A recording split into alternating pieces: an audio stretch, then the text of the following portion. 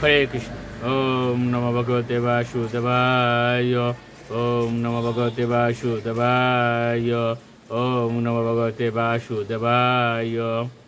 প্রত্যেকে প্রতিটি একাদশী পালন করুন। প্রত্যেকটি একাদশীতে নির্দিষ্ট একাদশী মাহাত্ম শ্রবণ এবং কীর্তন করুন। এখন আমি পুত্রদা একাদশীর মাহাত্ম পাঠ করছি। পুত্রদা একাদশী। যুধিষ্ঠির বলেন, হে কৃষ্ণ, পৌষ মাসে শুক্লপক্ষের একাদশীর নাম কি, বিধি বা কি? কোন দেবতা ওই দিনে পূজিত হন এবং আপনি কার প্রতি সন্তুষ্ট হয়ে সেই ব্রতফল প্রদান করেছিলেন? কৃপা করে আমাকে সবিস্তারে তা বলুন। শ্রীকৃষ্ণ বলেন, হে মহারাজ, এই একাদশী পুত্রদা নামে প্রসিদ্ধ। সর্বপাপ বিনাশিনী ও কামদা এই একাদশীর অধিষ্ঠাত্রী দেবতা হলেন সিদ্ধিদাতা নারায়ণ। তিলকে এর মতো শ্রেষ্ঠ ব্রত নেই। এই ব্রতকারীকে নারায়ণ বিদ্বান ও যশস্বী করে তোলেন। এখন আমার কাছে ব্রতের মাহাত্ম্য শ্রবণ করুন। ভদ্রাবতী পুরীতে সুকেতুমান নামে এক রাজা ছিলেন। তার রানীর নাম ছিল শৈবা। রাজদম্পতি বেশ সুখী দিন যাপন করছিলেন।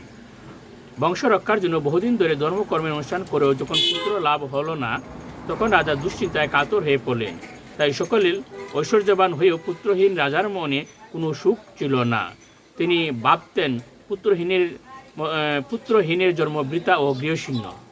পিতৃদেব মনুষ্য লোকের কাছে যে ঋণ শাস্ত্রে উল্লেখ আছে তা পুত্র বিনা পরিশোধ হয় না।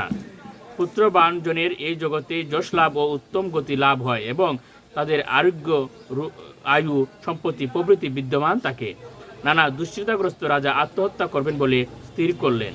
কিন্তু পরে বিচার করে দেখলেন আত্মহত্যা মহাপাপ।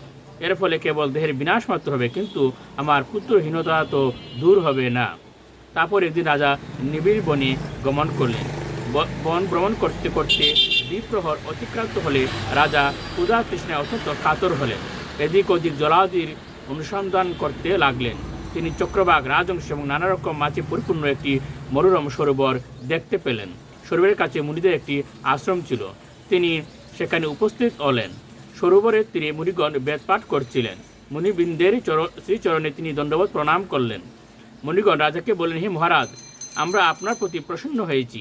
আপনি আপনার কি প্রার্থনা বলুন। রাজা বলেন, আপনারা কে এবং কি জন্যই বা এখানে সমবেত হয়েছেন? মুনিগণ বলেন, হে মহারাজ, আমরা বিশ্বদেব নামে প্রসিদ্ধ এই সরোবরে স্নান করতে এসেছি। আজ থেকে 5 দিন পরেই মাঘ মাস আরম্ভ হবে। আজ পুত্রদা একাদশী তিথি। পুত্রদান করে বলি এই একাদশীর নাম পুত্রদা।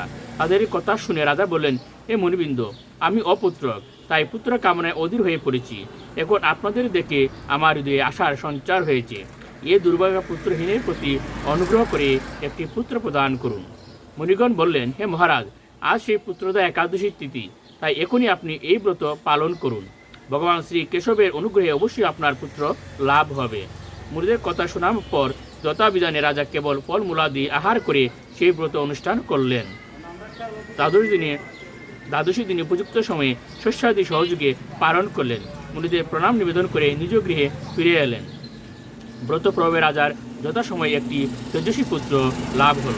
হে মহারাজ, এই ব্রত সকলেরই পালন করা কর্তব্য।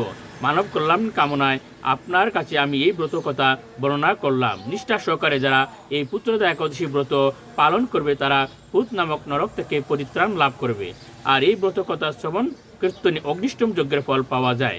ব্রহ্মাণ্ড পুরাণে এই মাহাত্ম্য বর্ণনা করা হয়েছে। প্রত্যেকে প্রতিটি একাদশী পালন করুন। প্রতিটি একাদশীতে নির্দিষ্ট একাদশী মাহাত্ম্য শ্রবণ এবং কীর্তন করুন।